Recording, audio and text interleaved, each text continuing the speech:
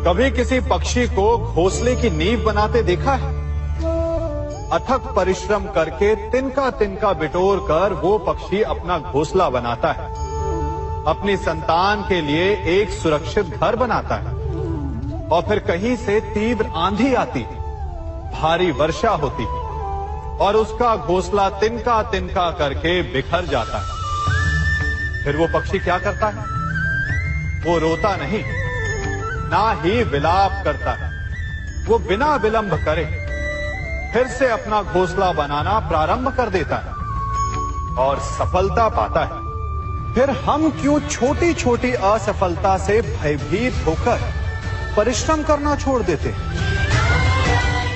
एक बात सदा स्मरण रखिएगा, हर वृक्ष कुल्हाड़ी की एक मार से नीचे नहीं गिरता, हर चट्टान घन के एक प्रहार से नहीं टूटती। सफलता पाने के लिए अनावरत परिश्रम करना ही मात्र एक मार्ग है। स्वीकारण, सत्य का स्वीकारण मनुष्य के लिए बहुत ही महत्वपूर्ण है। जब तक मनुष्य सत्य को स्वीकार नहीं करता, उसे असत्य से लड़ने की शक्ति प्राप्त नहीं होती। जब आप भोजन करते हैं तो क्या होता है? आपका पेट स्वीकारता है कि वो भर चुका है और आप भोजन करना बंद कर देते हैं। जब आपको निद्रा आती है तो क्या होता है? आपका मन स्वीकारता है कि आपका शरीर थक चुका है और उसे विश्राम की आवश्यकता है। उसी प्रकार जब आपको किसी व्यसन को रोकना हो तो आपको स्वीकारना पड़ता है कि बहुत हो चुका, चाहे वो लालच हो या मदिरापान। उस व्यसन का त्यागना तभी प्रारंभ होता है जब आप ये स्वीकार कर लेते हैं कि आप उस व्यसन के बंधक हैं। हम में से ऐसा कोई नहीं जिनकी परछाई उनसे दूर रहती। हमारी परछाई सदैव हमारे साथ रहती है। कदाचित हमारी परछाई हमारे कर्मों के फलों का संकेत है। कदाचित इसी कारण कई बार हमें अपनी परछाई से भय भी लगता है, परंतु इस भय से निवारण पाने का एक साधन अवश्य है। वो है सूर्य की ओर मुख करना या किसी प्रकाश के स्रोत की ओर मुख करना, क्योंकि तब हमें हमारी परछाई दिखाई नहीं देती। यदि इसे जीवन के संदर्भ में देखें तो ये प्रकाश का स्रोत शुभ कर्मों की चेतना है। यदि आपके मन में शुभ कर्म करने की इच्छा है तो आपको कभी भी अपने कर्मों के फल का भय नहीं होगा, क्योंकि यदि आपका मन शुद्ध होगा तो आपके कर्म शुद्ध होंगे और शुद्ध कर्मों का फल कभी अशुद्ध नहीं हो सकता।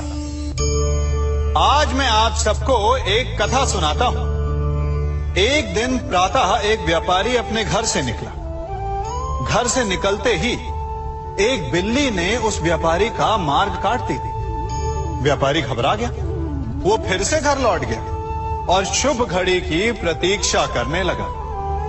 और जब वो पुनः अपने घर से निकला तब वो वाहन जा चुका था जिससे राजा तक पहुंचकर उसे भेंट देनी थी। राजा को भेंट नहीं मिली। राजा क्रोधित हो गए। राजा ने उस व्यापारी का व्यापार बंद करवा दिया। इस कारण व्यापारी क्रोधित होकर घर पर अपनी पत्नी से लड़ बैठा। पत्नी अपने बच्चों समेत मैके वापस चली गई और उस व्यापारी के जीवन में यदि कुछ रह गया था तो केवल अंधकार। और इन सब का कारण वो उस बिल्ली को मानता रहा जिसने उसका मार्ग काटा था। ऐसा ही एक दूसरा व्यापारी राजा को भेंट देने निकला और उस व्यापारी का मार्ग भी एक बिल्ली ने काट दिया। वो व्यापारी तनिक घबराया, परंतु उसने आगे बढ़ना अधिक उचित समझा। राजा तक वो समय पर पहुंचा। उसने राजा को भेंट दी। राजा प्रसन्न हुए और राजा ने व्यापारी को अपना व्यापार बढ़ाने की अनुमति दी, स्वर्ण आभूषण दी। जब व्यापारी घर पर पहुंचा तो पत्नी को आभूषण और अपने बच्चों को देने के लिए वस्त्र थे उसके पास। हर ओर प्रसन्नता थी। समझ रहे हैं ना, दोनों के साथ एक ही प्रकार की घटना हुई, परंतु दोनों की प्रतिक्रिया भिन्न थी। ऐसा ही हमारा जीवन भी है। हमारे जीवन में प्रारब्ध का अपना स्थान है, परंतु उससे कई अधिक महत्वपूर्ण हमारी प्रतिक्रिया, हमारे सोच का प्रभाव है। क्योंकि यही हमारे जीवन को आकार देते हैं। इसलिए अपनी सोच को सकारात्मक रखिए, आपका जीवन सदैव आनंदमय रहेगा। आप इन दो पात्रों को देख रहे हैं। मेरे इस पात्र में जल है और ये पात्र मिष्ठान से भरा हुआ है। दोनों ही पात्र भरे हैं, परंतु देखिए, मिश्री को जल में मिला दिया, जल ने मिश्री को अपना लिया, मिश्री ने अपना अस्तित्व खो दिया। परंतु जल को अभिमान है कि उसका अस्तित्व अभी भी बना हुआ है। परंतु जो इस जल को चखेगा उसे अवश्य पता चल जाएगा कि ये जल अब वो जल नहीं रहा, ये अब शरबत बन गया। हमारा त्याग, हमारे बलिदान भी ऐसे ही होते हैं। जो इस बात को अनुभव करते हैं वो समझ सकते हैं कि कैसे हमने समय की धारा को बदल दिया। जो बलिदान देते हैं उनका अस्तित्व कभी नष्ट नहीं होता, अपितु उनका बलिदान संसार में कुछ ना कुछ परिवर्तन अवश्य लाता है। हम सभी कभी ना कभी, कहीं ना कहीं अपने जीवन में यात्रा अवश्य करते हैं। हमारी यात्रा में कभी पक्के रास्ते आते हैं तो कभी कच्चे रास्ते। पक्के रास्ते मनुष्य बनाता है और कच्चे रास्ते जानते हैं कैसे बनते हैं? चलते चलते बन जाते हैं। जब लोग एक स्थान से जाते हैं तो पैरों के दबाव से नीचे की घास कुचल जाती है। बार बार उस मार्ग से जाने से धीरे धीरे मार्ग स्वतः ही बन जाता है। और यही जीवन है, यही नियति है। जब आपके जीवन में आपको मार्ग ना मिले तो रुकिए नहीं, आगे बढ़ते रहिए और आपके पैरों के दबाव से मार्ग स्वतः ही बन जाएगा। हम सभी अपने जीवन में सफलता चाहते हैं, है ना? उसके लिए हम रात दिन परिश्रम करते हैं, कड़ी मेहनत करते हैं, परंतु फिर भी असफल हो जाते हैं। परंतु ऐसा क्यों होता है? कभी सोचा आप सबने? क्योंकि सफलता पाने का मंत्र बड़ा कठिन नहीं, बड़ा सरल है। उचित विचार, उचित समय, उचित स्थान पर उचित प्रहार। जब आपके विचार, समय, स्थान और प्रहार यानी परिश्रम उचित है तो सफलता आप ही को मिलेगी। जिस प्रकार एक लोहार लोहे से कुछ बनाते समय उस लोहे के सही ताप तक के आने की प्रतीक्षा करता है और समय आने पर उचित स्थान पर पर्याप्त बल से प्रहार करता है और लोहा आकार ले लेता है, ठीक उसी प्रकार आपकी सफलता भी आकार लेती है। हम सभी को अपने जीवन में कभी ना कभी निराशा मिलती है, असफलता मिलती है और अधिकतर लोग इसके पश्चात भाग्य का रोना लेकर बैठ जाते हैं। कुछ कहते हैं कि जिस स्थान पर मैं हूं उससे कई ऊंचे स्थान पर होने के योग्य था, परंतु नहीं जा पाया। किसी को पीड़ा है कि उसे जो मिलना चाहिए था वो उसे नहीं मिला, भाग्य ही बुरा था। भाग्य क्या होता है? भाग्य वन में खिला पुष्प देवताओं को चढ़ाया जाएगा, या किसी सुंदरी की वेणी में वो सजेगा, या फिर उसे कुचलकर उत्पाद बना दिया जाएगा। ये सब एक पुष्प के नियंत्रण में नहीं होता, परंतु जब तक उस पुष्प का अस्तित्व है सुगंध बिखेरना उसके वश में अवश्य है। परंतु भाग्य हमारे वश में नहीं, और जो हमारे वश में नहीं उसके लिए दुखी होने से क्या होगा। कर्म पर वश है, वो कीजिए और धीरे धीरे भाग्य आपके वश में आ जाएगा, क्योंकि कर्म ही प्रधान है। सम्मान। मनुष्य के जीवन में सम्मान का बहुत अधिक महत्व है। वो उसे अपने हृदय, अपने मन से जोड़कर रखता है। कदाचित इसीलिए हम शत्रु के सम्मान पर चोट पहुंचाते हैं, ताकि उसे पीड़ा पहुंचाई जा सके। परंतु ऐसा करने से सावधान रहे मित्रों। शरीर पर लगी चोट मनुष्य भुला सकता है, परंतु उसके सम्मान को लगी चोट उसे जीवन भर पीड़ा देती है। और स्त्री के मान सम्मान पर लगी चोट उसे उस सीमा तक ले जाती है जहां उसे केवल प्रतिशोध दिखाई देता है। यदि अपने शत्रुओं को जीतना है तो प्रेम से जीतिए, अपने कर्मों से जीतिए।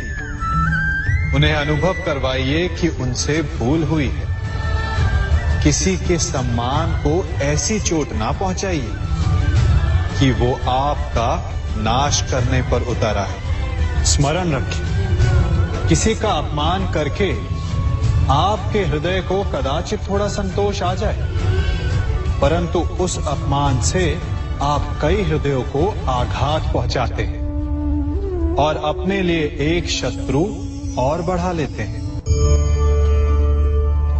हम सब शीघ्र ही सफलता चाहते हैं, ढेर सारी संपत्ति और सुख चाहते हैं, और ऐसे में कई बार हम छोटे मार्गों का चयन कर लेते हैं। वो मार्ग जिनमें परिश्रम नहीं होता, जिनमें होता है तो केवल छल, कुटिलता और भाग्य का सहारा। जैसे कि जुआ। कोई जुए के खेल में धन लगाता है, कोई दांव लगाता है, और ये भूल जाता है कि जुआ ऐसा दलदल है कि जिसमें एक बार गिरे तो सर्वनाश से पहले निकलना असंभव है। यदि आप जीते तो और जीतने की भूख बढ़ जाएगी, और यदि आप कुछ हार बैठे तो उसे पुनः पाने के लिए आप फिर से खेलेंगे। मनुष्य को ये आभास ही नहीं होता कि अपनी संपत्ति के साथ साथ वो अपनी मानवता, अपने संस्कार, अपना धर्म और अपना उत्तरदायित्व तक सभी जुए की भेंट चढ़ा देता है। इसलिए कुछ पाना है तो परिश्रम से पाओ। यदि कुछ जुए में जीता तो वो उतना शीघ्र ही खो दोगे, चूंकि उसे परिश्रम से पाया नहीं गया है, और उसकी रक्षा करने के लिए आपके मन में स्वाभाविक प्रयास भी नहीं होंगे। क्षमा बढ़न को चाहिए, छुट्टन को उत्पाद। क्षमा इस संसार में शांति का, सुख का मूल आधार है। क्षमा आपके मन से प्रतिशोध और शत्रुता जैसे भावों को समाप्त करती है। परंतु क्या हर स्थान पर क्षमा आवश्यक है? क्या प्रत्येक का अपराध क्षमा करने के योग्य होता है? नहीं। कभी कभी उसे क्षमा करके हम उस व्यक्ति को और बड़ा अपराध करने की प्रेरणा देते हैं, और ऐसा ही अपराध है स्त्री का मान भंग करना, जिसमें क्षमा की कोई अवस्था नहीं। यदि सिंह भूल से गाय के बछड़े का अखेट कर ले तो उसे क्षमा किया जा सकता है, परंतु यदि वो नरभक्षी हो जाए तो उसके केवल दो स्थल होते हैं, या तो पिंजरा या फिर मृत्यु की गोद। कुछ परिस्थितियों में क्षमा के स्थान पर दंड देना आवश्यक होता है, क्योंकि ये दंड का भय ही है। जो लोगों को वो अपराध करने से रोकता है। संसार में सबसे बड़ा क्या है?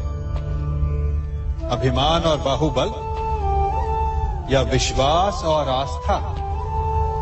निश्चित रूप से बाहुबल के महत्व को नकारा नहीं जा सकता। मनुष्य अपने बाहुबल से पर्वत को मैदान बना सकता है, सागर सुखा सकता है, मरुस्थल में नदियां बहा सकता है, परंतु बाहुबल को सहारा होता है विश्वास का। यदि मन में विश्वास ना हो तो बाहुबल किसी काम का नहीं। वो कौन सा बल है कि मोर आकाश की ओर ताकते हैं?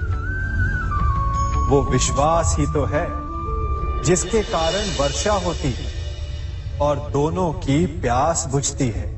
परंतु जब पाप के बाहुबल का सामना धर्म के विश्वास से होता है तो बाहुबल हार जाता है और जीतता है विश्वास। विजय होती है आस्था की। यदि आप सत्य के मार्ग पर चल रहे हैं और आप अपने इष्ट में आस्था रखते हैं तो किसी भी पापी का बल आपका कुछ नहीं बिगाड़ सकता। कभी सोचा है हमारा जीवन भी उस रेत की घड़ी की भांति है?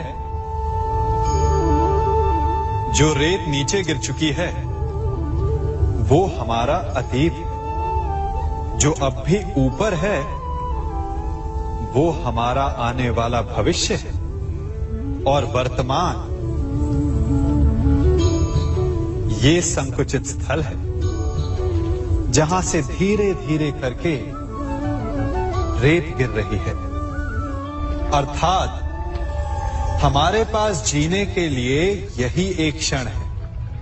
उसका उपयोग कैसे करना है ये हम पर निर्भर करता है। जो बीत गया उसका दुख मनाना है या जो भविष्य में होने वाला है उसकी प्रतीक्षा में क्रोध करना है। सब कुछ करने के लिए यही एक क्षण है। प्रसन्न रहना है तो उसके लिए भी यही एक पल है। प्रतीक्षा करते रहोगे तो ये पल भी भूतकाल में बदल जाएगा।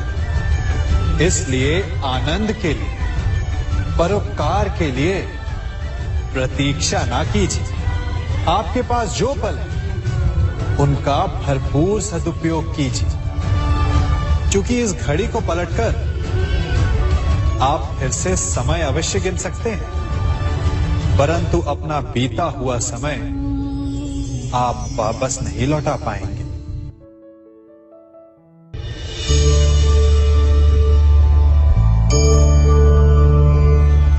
मनुष्य के जीवन में संतान का बहुत महत्व है। उस संतान के लिए वो कितने कष्ट सहता है, उसे पालता है, पोसता है, और यदि यही संतान संताप का कारण बन जाए तो क्या ये उसका दोष है? अधिकतर ये दोष हमारे लालन पालन का होता है। बचपन में बालक के हठ को मानकर हमें आनंद की अनुभूति अवश्य होती है, परंतु धीरे धीरे अपने बालक के हठ को मानकर उसके हठ के दास हो जाते हैं। एक हठी उद्दंड और असंस्कारी संतान उस सूखे वृक्ष के समान होती है कि यदि जिसमें आग लग जाए तो वो सारे वन को भस्म कर डाले। और स्मरण रहे, जब उसमें अग्नि लगती है तो सबसे पहले वो स्वयं के घर को ही भस्म करती है। इसलिए जब आवश्यकता हो तो अपनी संतान के हठ का विरोध करें, उसे रोके, क्योंकि यदि समय रहते ऐसा ना किया गया तो भविष्य में इस समस्या के परिणाम गंभीर हो सकते हैं। प्रतिज्ञा, वचन, ये सब मनुष्य ने समाज को सही दिशा में रखने के लिए बनाए हैं। वो मनुष्य ही क्या जिसके जीवन में नियम ना हो, जिनका वो पालन ना करे, परंतु समय के साथ चलने के लिए नियमों को बदलना भी आवश्यक होता है, क्योंकि ये आज का समय ही तो है जो बीत जाने के पश्चात इतिहास बन जाएगा। यदि आवश्यकता पड़ने पर नियम और प्रतिज्ञा भंग ना की जाए, समय की मांग के अनुरूप अपनी प्रतिक्रिया ना बदली जाए, तो इतिहास हमें कभी क्षमा नहीं करेगा। आवश्यकता पड़ने पर आपकी तोड़ी हुई एक प्रतिज्ञा, एक बंधन कभी कभी पूरे मानव इतिहास को बड़े विनाश से बचा सकता है। इसलिए नियम, प्रतिज्ञा, वचन कुछ नहीं, कुछ है तो केवल समय, जिसके अनुरूप चलने वाला ही सफल हो सकता है।